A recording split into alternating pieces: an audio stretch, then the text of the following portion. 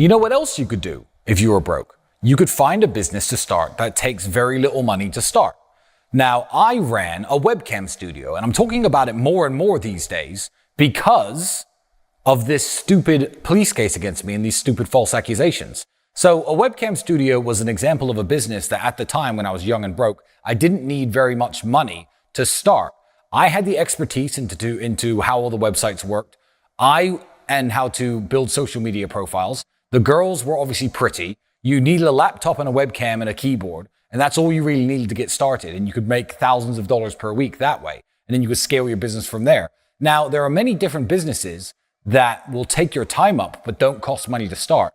Even in your local area. I mean, you have a lawnmower, you got no money. Maybe you need $500, $600, $700 before you can buy the equipment you need to get it to the next step. Go door to door with your lawnmower before you can hire some Mexican to do it for you and cut everyone's grass before you have the time to register a company, hire an employee, and get him cutting grass for you and then scale from there. So find a business that doesn't take much to start up. Certainly don't go around asking people for money like people ask me all the time.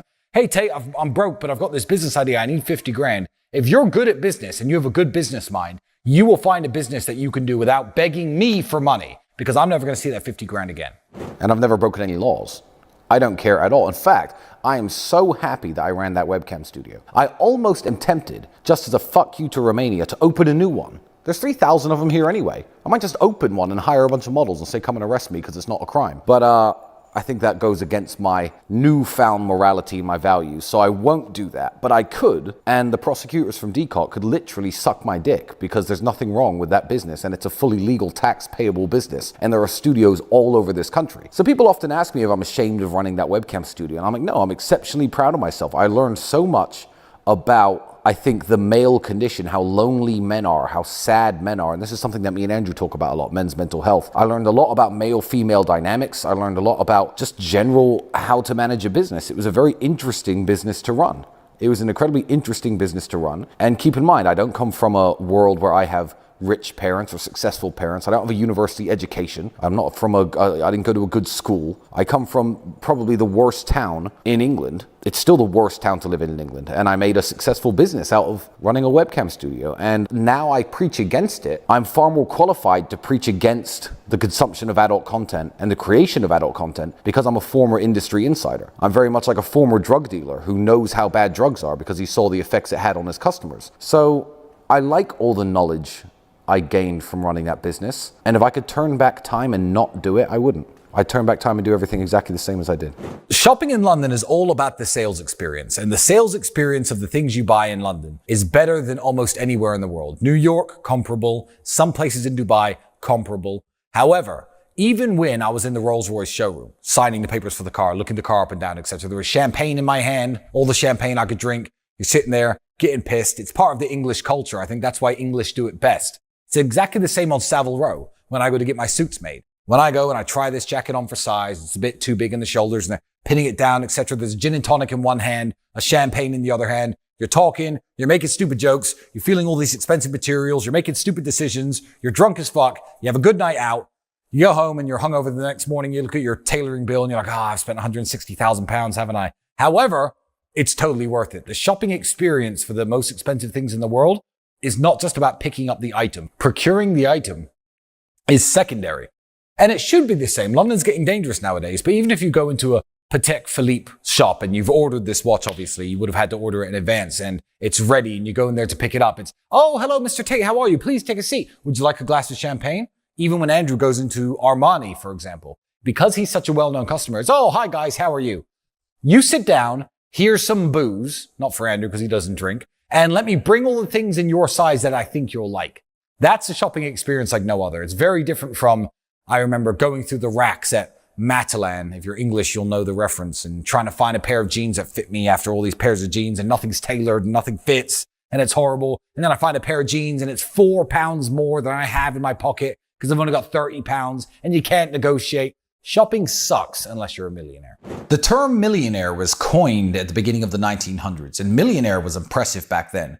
My 1963 Aston Martin DB5, when it was first sold, cost £4,100. Can you imagine the spending power of £1 million?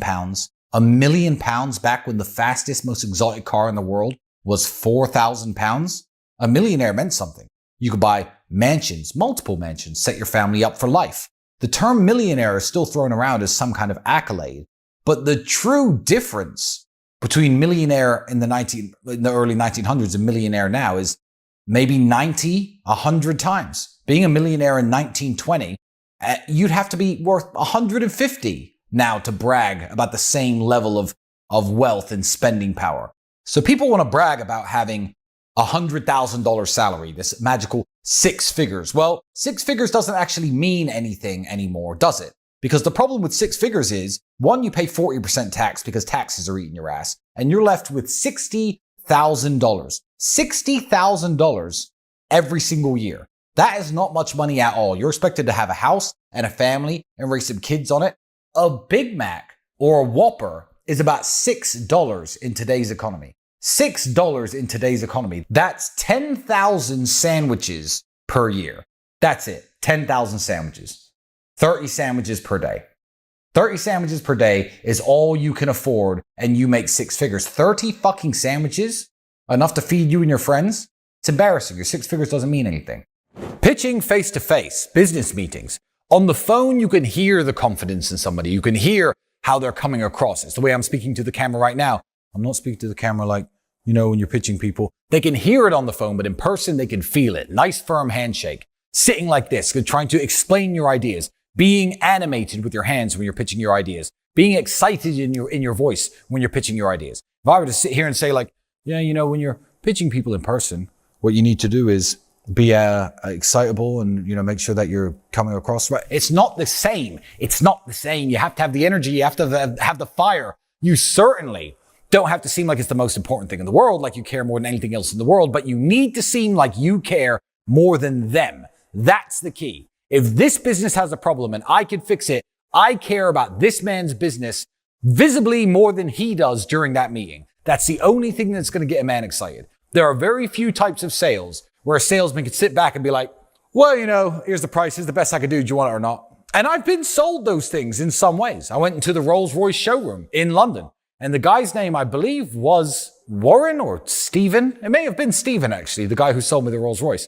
Older gentleman, very well dressed, very smart. It was £500,000 on this price tag of this car. It was the only one for sale. He knew it was the only one for sale. He knew if I didn't want to buy that one, I'd have to wait 6 months after ordering one. And he said, well, I've been doing this a long time, guys. 465, best I could do, yes or no?